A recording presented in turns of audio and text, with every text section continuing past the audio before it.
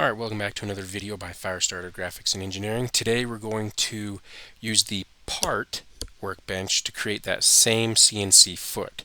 Now you're probably wondering why I like to make that CNC foot so much. It's because it's an awesome part because it shows so many different techniques and it uses so many different tools to create it, and it just looks cool.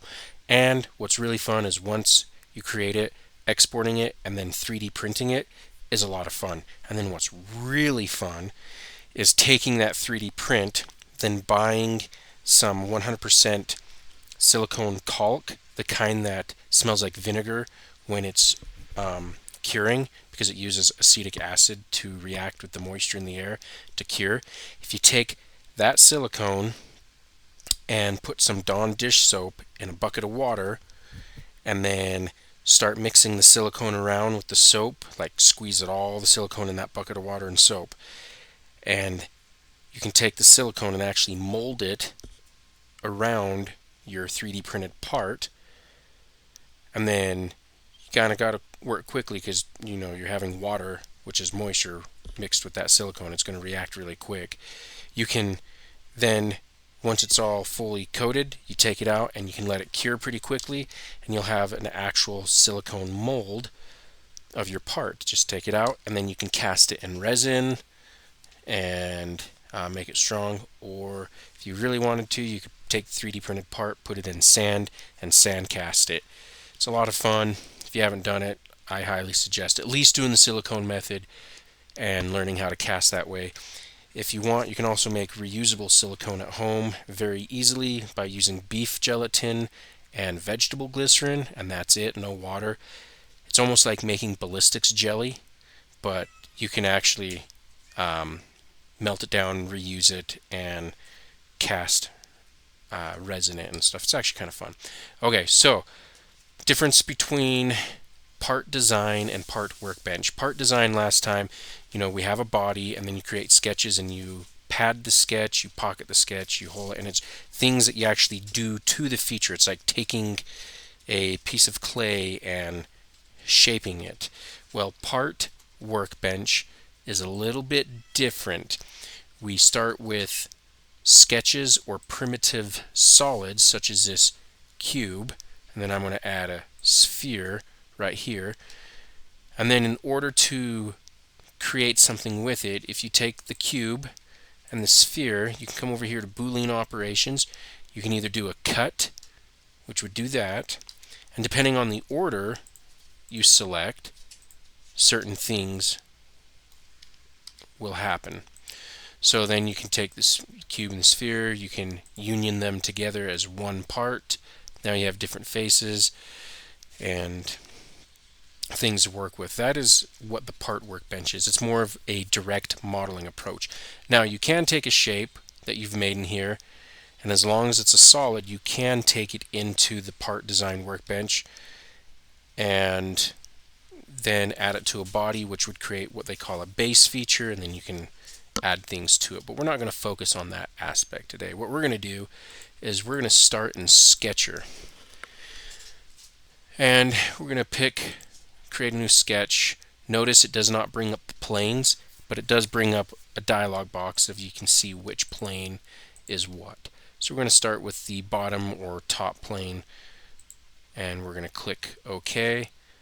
And we're going to start with the rounded rectangle, and we're going to do 50 millimeters and then hit tab to go to the next one, hit 50, hit tab, zoom out a little bit, pan over, and we're going to use 6 millimeters for the radius. Right click to undo the current drawing application. I'm going to grab this line and I'm going to kind of move this over here. Okay, now we're going to center it. So last time I ran into the issue where I kept picking this center vertex first and trying to make it symmetric, and it wasn't working.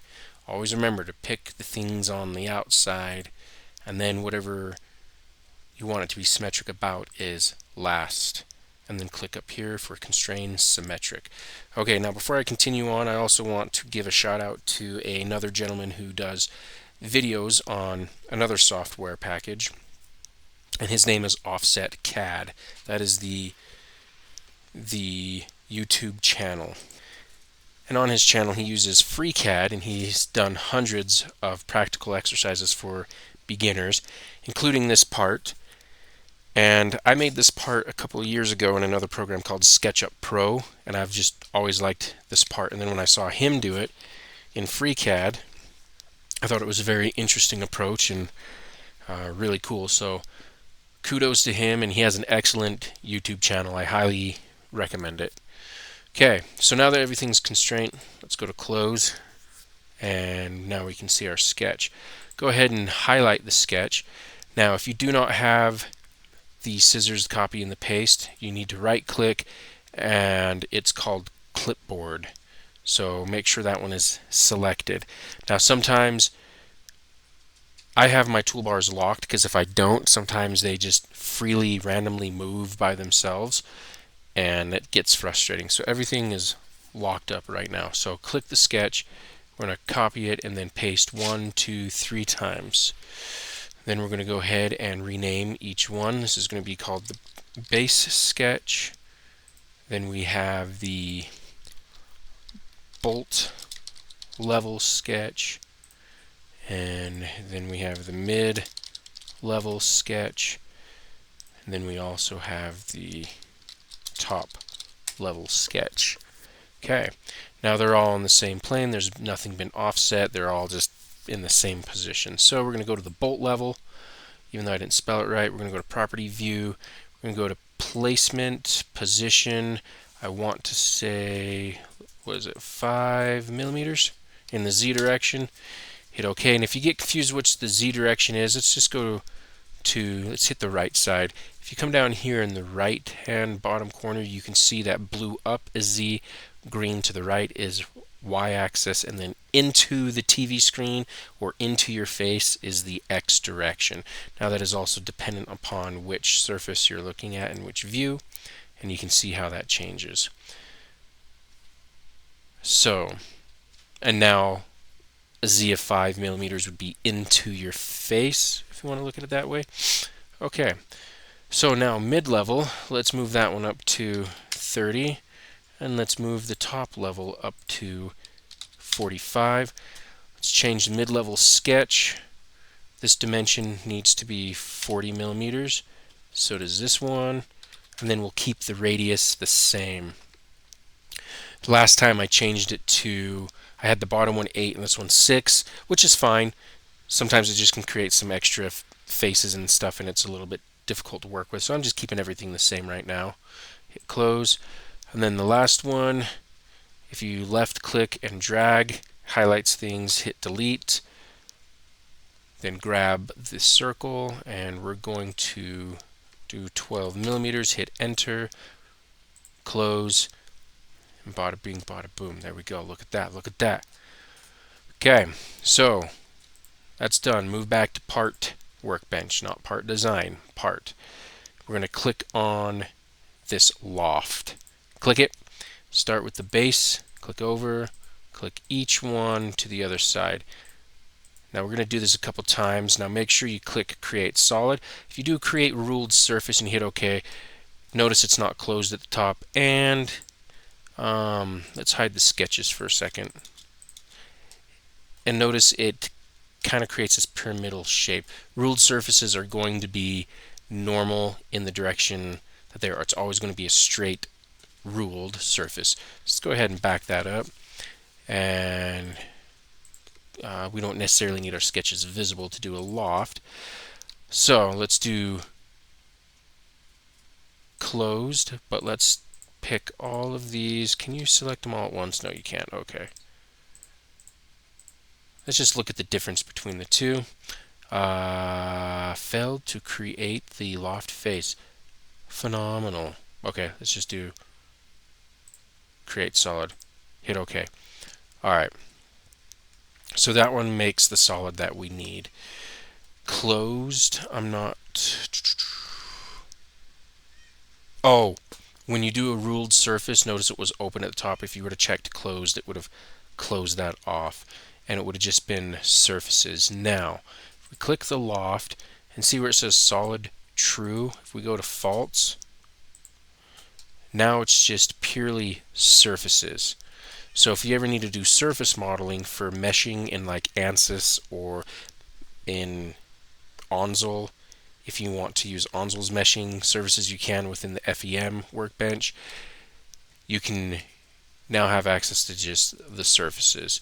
And then if you needed to, you could click this edge, and then click this right here, and it creates a ruled surface there, and then you could do it for all of these and close the bottom off. There's probably an easier way to close the bottom off, but I haven't done it. So, sorry. I was starting to choke there a little bit. Okay, so click on the loft, go back to the properties, go back to true for the solid.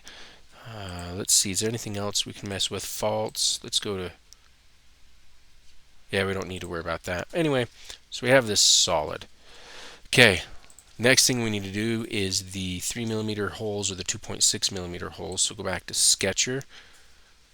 Now, if you click on the part and hit Create New Sketch, it's going to ask where do you want to attach it. For us, we don't want to attach it to anything. Just hit OK. It's going to bring this back up. Hit the XY plane. Switch to Construction Geometry. Grab the centered rectangle. We want to do a 36, hit Tab, 36mm. Then switch back to Normal Geometry.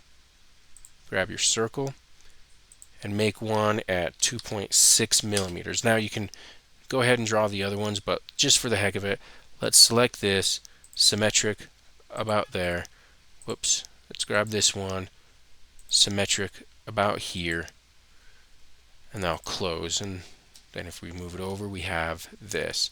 Let's go ahead, hide our loft, click on Sketch 4, go back to Part, and we're going to hit Extrude. We're going to extrude it 50mm. I'm going to kind of show you a bug, but it's not really a bug. It's just how Ondsel is set up. If we hit Apply, notice it creates it, and we have only one extrude. If we hit OK to leave, notice it makes a second extrusion. So we have to delete it. Instead, if we hit 50mm, hit Apply, then after just hit Close. Okay, and then hit spacebar to unhide your loft, and there we go. So now, as you've guessed, we can go click, select the loft, select the extrude, and do a cut. And now we have the beginning stages. Okay, great. Now I'm going to switch back to tasks. Okay, let's go back to Sketcher. Let's create a new sketch on the XY plane, and let's offset it by 45mm. It's going to set it right there. Okay, let's bring in some external geometry, so click this one. Now remember, we can't take it from the top, we got to take it from the bottom. Right there, right click, re-hit the top right here to realign, then we're good. Grab the slot, start at the vertex, type in 10, hit Tab, 135 degrees, hit Tab, we're going to do 6mm. There we go. Now, two things we could do. I'm going to show you the fast way and the way that I prefer to do this, and then I'll show you we'll do the fast way last. Okay, we're going to hit Close. Now we're going to select the sketch, we're going to go back into Part, we're going to extrude it, we're going to reverse it, and we're going to go down 40mm. We're going to hit Apply, hit OK. Alright, now, I didn't hit Close, I hit OK, so we got to delete one of those. Okay, grab your extrude, hit this button right here, the mirror. Then we're going to change the plane. Now this can be a little tricky sometimes, so I'm going to look at the top. And I'm going to look at this. If we go about the XY plane, it will probably put one right on its current. So if I switch it to YZ and I hit OK, it should spin it around the Z and along the Y. Should mirror it along that. Click the extrusion again, the mirrored one. Click mirror. I want to say the XZ now and hit OK. Alright. Okay, great. Now, in order to make the cuts, we have to grab one, grab two, grab one, grab two, grab three while holding control. Then we're going to union, and then we're going to grab our cut, our fusion, and then we're going to do the final cut. So, if you hear my cats meowing, they're bored. Okay. Alright. So I'm going to back up all the way till we have just the sketch. We're going to go back into Sketcher. We're going to select the sketch. This time we're just going to symmetric, everything, hit close, then grab sketch, extrude it 40 millimeters, make sure it's reversed, hit apply, hit close, and notice everything's there, and then all we have to do is grab the cut, grab the extrude, and cut it. Okay, so now we have that all done. Okay, so the next part is cutting the hole here. We could use a sketch, draw a cylinder, circle, and then extrude it. But let's have a little bit of fun. Let's click cylinder, puts it right there. Let's go to property and then data. We want the height to be 50. We want the radius to be 10. Now we have a cylinder there, so grab the cut, grab the cylinder, make another cut. There we go. Okay, so now you can kind of see the process of how this is working. Alright, let's do the last part. This one can be a little bit tricky, so let's go to Sketcher, let's go to the front view. Is that the view I want? No, I want that view right there. Click this piece right here and it'll go in between the front and the right. Let's create a new sketch. I did not want that to happen. So I don't know why it does that, but sometimes it does. So create a new sketch.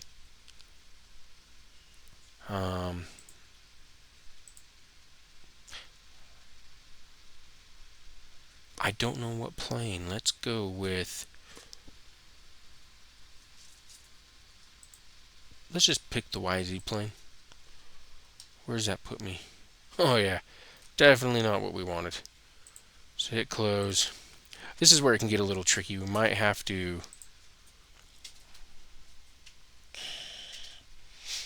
add a datum plane here and sketch on that, but I don't think you can do that in Sketcher. So let's see. Let's do sketch on the, well, one of them I can pick. Let's do this, and maybe we can rotate the sketch when we're done. Yeah. Let's go back to where we were. So, alright, let's do this. We're going to draw a circle, convenient spot right here. I'm going to make it, I don't know, 4 millimeters. Okay, we're going to hit close. So, yeah, we're definitely not in the right spot. So, I think we can. No, we can't. I was going to try to use transform. Okay, there's going to be an easier way. Let's not go into Sketcher. Let's go into part. Let's add a cylinder. And grab the cylinder. The radius is 2, so that's 4 millimeters. That's good enough. The height is 10. And let's right-click, transform. Let's bring it up here. Let's bring it out here. Then let's bring it this way. and then this way, and then you just keep getting it until it's in the position you want. Right there, right there.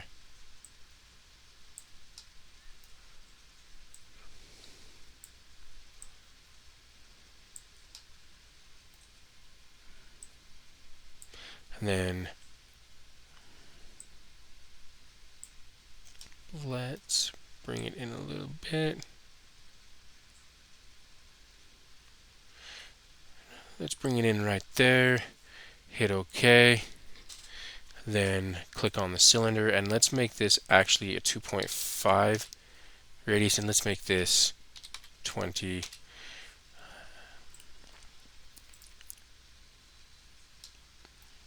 And let's bring that down. Translation increment is 1 millimeter. Let's do half a millimeter, 0.5, so that we can just slide it out right there.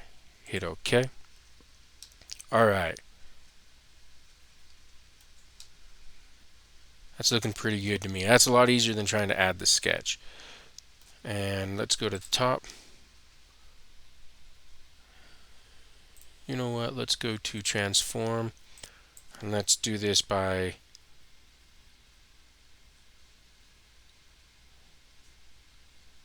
two degrees.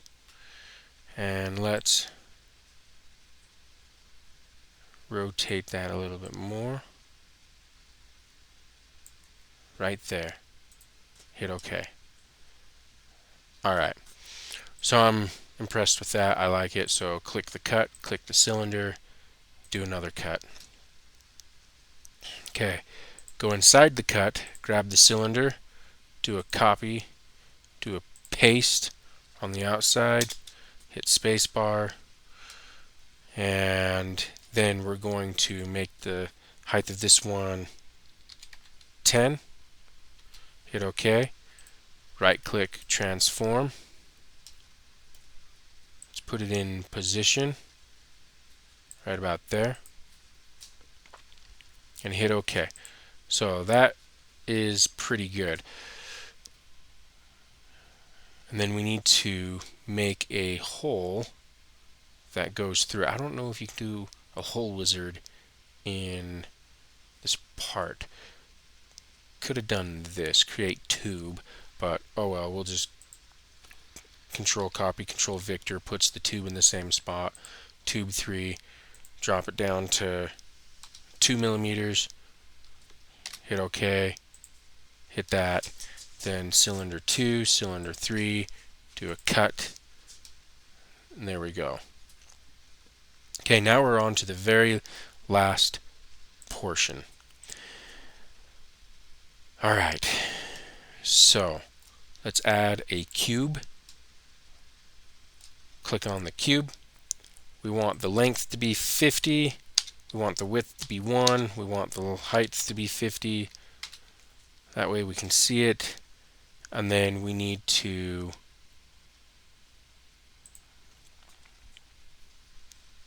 right click, transform. Let's go into the top view. Let's rotate this. Actually hit cancel. Right click. Go to transform. And we're going to do this at 45-degree increments. So there we go. Then we can move this down right to there. Hit OK. And then you know the rest. Let's click this one, click that one, do a union, then click the fusion, click the cube, and do a cut. And there we go. Look at that. The part is now complete. So not too bad. If we go to View, Draw Style, and go to Shaded, now we have kind of the final rendered product. Anyway, hope you guys enjoyed. Not too shabby, not too bad. Now you can just do the fillets and the chamfers and be good to go. Anyways, thank you for watching, and I hope you guys learned some new things and hope you enjoyed it.